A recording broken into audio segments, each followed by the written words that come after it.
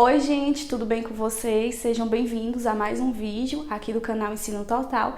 E no vídeo de hoje eu trago para vocês um conteúdo que está sendo cobrado, na verdade um livro que está sendo cobrado para o vestibular 2020.2 da UVA, que é Iracema, tá?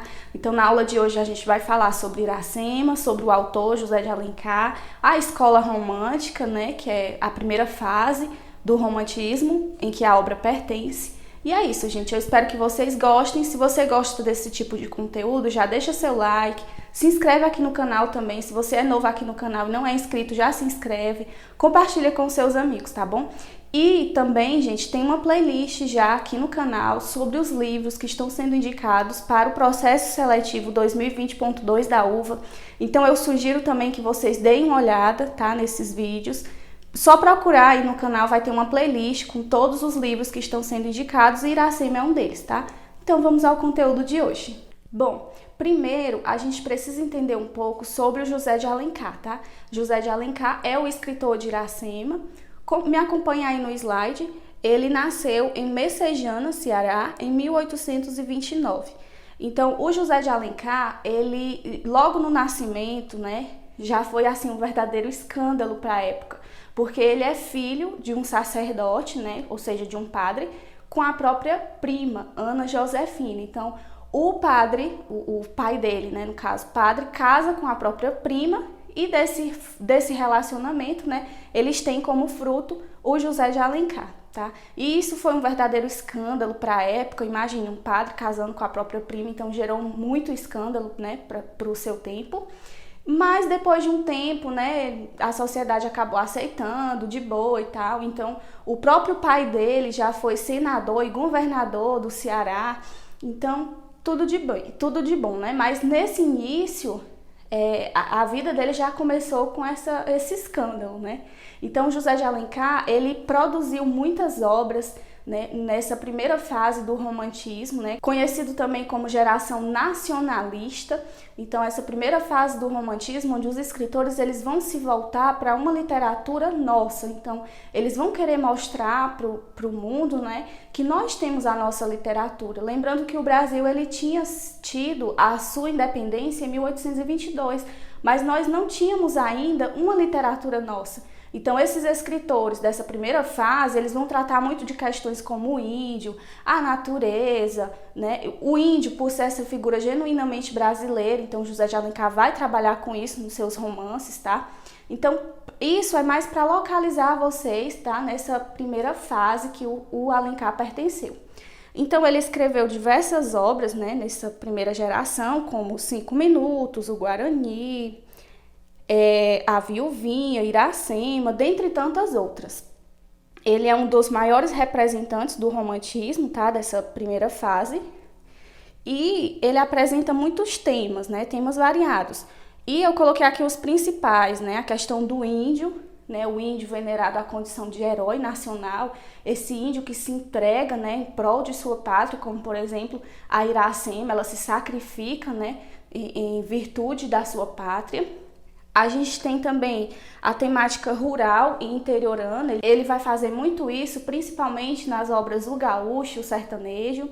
A gente tem a questão da idealização, né? A idealização do índio, a idealização da natureza. Então, tudo isso vai ambientar essas produções. E também a figura do feminino, tá? O feminino ele vai ambientar muitas produções do José de Alencar. Inclusive, em Iracema, a protagonista é Iracema, né? Uma índia, né? Uma mulher. Mas vamos ao assunto da nossa aula, tá? Iracema é um romance, né, do José de Alencar, publicado em 1865 e é considerado uma narrativa de fundação. Mas o que é uma narrativa de fundação? A narrativa de fundação vai ser considerada uma narrativa de fundação porque ela representa ali a origem do povo brasileiro, né? Sobretudo a origem do povo cearense. Há rumores também, muitas pessoas acabam dizendo, né, falam as más línguas, que o José de Alencar ele teria sim se inspirado em uma lenda que ele ouvia quando criança para escrever Iracema. Então, uma lenda de como que surgiu o primeiro cearense. Então, por isso que ele escreve a obra, né? Há rumores disso. Mas, enfim, é um romance indianista, né? Porque ele protagoniza índios, né? E índios também é levado a essa condição de herói nacional, como eu coloquei aqui para vocês. E também ele representa uma espécie de prosa poética, né? E o que é essa prosa poética? A prosa poética, a gente tem um livro que é escrito só em prosa, né? Mas o José de Alencar, ele trabalha com prosa poética, que embora o livro seja escrito em prosa, mas ele representa muitos trechos poéticos, né? Ele faz muito floreio na linguagem, ele faz muitas descrições, ele trabalha muito com a questão das imagens, né? Das simbologias dentro da obra, então por isso é uma prosa poética. E também é uma narrativa não linear, e a gente vê isso logo desde o primeiro capítulo, tá? No capítulo 1, a gente já vê uma imagem que já é a imagem do final da obra.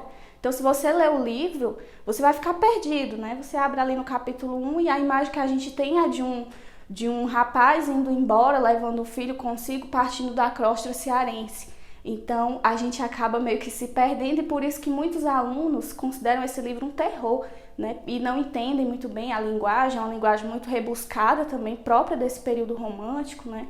Então, quando a gente observa isso, até nesse trecho que eu coloquei aí para vocês, ó. Um jovem guerreiro, cuja tez branca não corre o sangue americano, uma criança e um rafeiro, que viram a luz no berço das florestas e brincam irmãos, filhos ambos da mesma terra selvagem. A lufada intermitente traz na praia um eco vibrante, que ressoa entre o marulho das vagas. Iracema.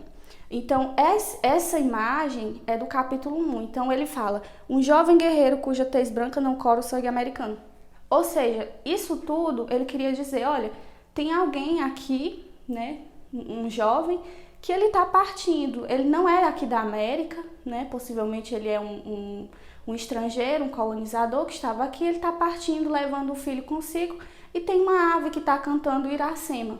Então, essa é a imagem final da obra. E aí, quando você adentra já para o capítulo 2, é que você vai perceber que a narrativa ela vai ficando linear. Então, ele vai contar uma história, tá? E aí, no capítulo 2, ele já começa assim. Além, muito além daquela serra, que ainda azula no horizonte, nasceu Iracema, a virgem dos lábios de mel, que tinha os cabelos mais negros que a asa da graúna e mais longos que seu talhe de palmeira. O favo da jati não era doce como seu sorriso, nem a baunilha recendia no bosque como seu hálito perfumado. Mais rápida que a coça selvagem, a morena virgem corria o sertão e as matas do Ipu. Então, nessa primeira parte aqui, né, nesse capítulo 2, ele já traz uma descrição da natureza,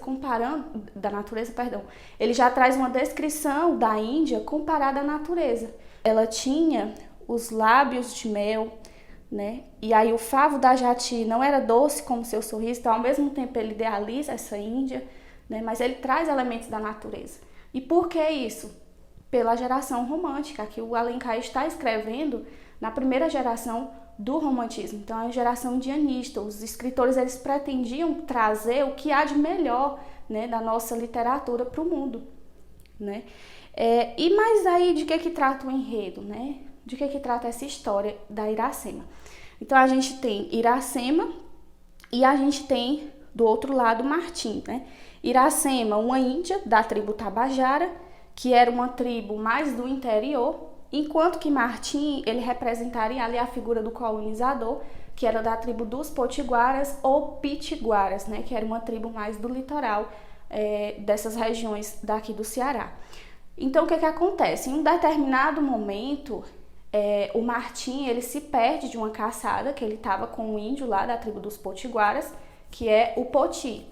E aí, quando ele se perde dessa caçada, ele acaba adentrando muito as matas e vem parar na região onde Iracema vivia, que era na tribo dos Tabajaras. Quando ele chega lá nessa tribo, a Iracema estava banhando e aí ele avista ela.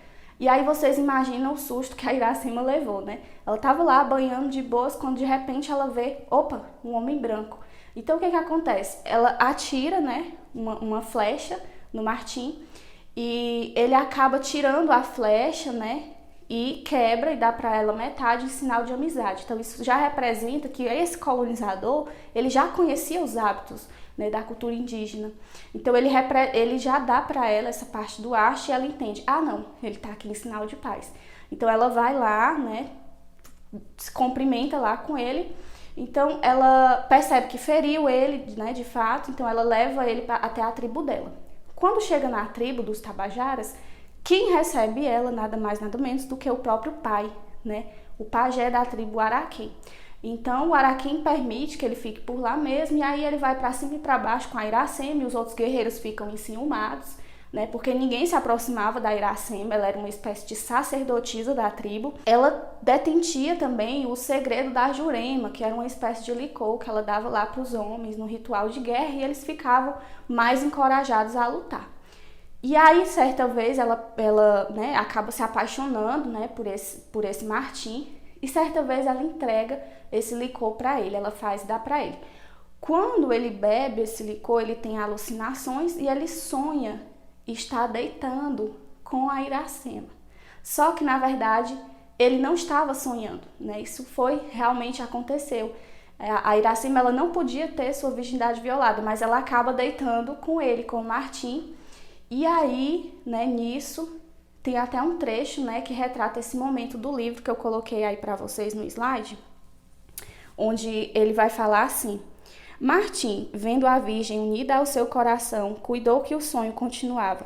Sentiu que já não sonhava, mas vivia. Tupã já não tinha sua virgem na tribo dos Tabajaras. Ou seja, a partir desse momento que eles deitaram, que a Iracema perde a virgindade, deu ruim.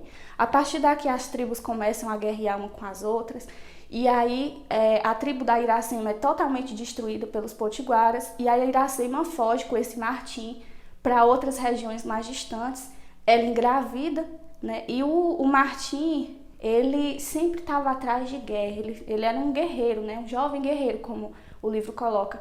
Então ele sai atrás dessas guerras, de proteger a costa cearense, né? De invasões holandesas. Então, quando ele sai, a Iracema tá lá grávida, coitada, dá à luz ao filho, né? E aí ela dá o nome do filho de Moacir, que significa filho da dor. E aí o Martim, ele ainda chega a tempo de pegar a Iracema com vida. A Iracema já estava ali entre a vida e a morte. Ela entrega o filho nos braços de Martim e morre. E aí o Martim pega o filho e parte, né, da crosta cearense para outras regiões. E é essa a imagem inicial que a gente vê lá no capítulo 1, certo? Então essa foi a história do livro. Mas aí a gente precisa entender, me acompanha aí no slide, um pouco da importância dessa obra, né? Primeiro, se você pega o nome Iracema, Iracema é um anagrama da palavra América. Se você juntar as letras e embaralhar, você vai encontrar América. Portanto, Iracema seria uma simbologia para a América inexplorada, né? Representaria esse índio, essa América que se entrega ao colonizador. E aí o que acontece? O colonizador leva tudo dela, né? Inclusive ela dá a própria vida por ele, né? Como a Iracema fez, ela deu a própria vida em nome de um amor, né? Como os colonizadores fizeram. E o que prevalece?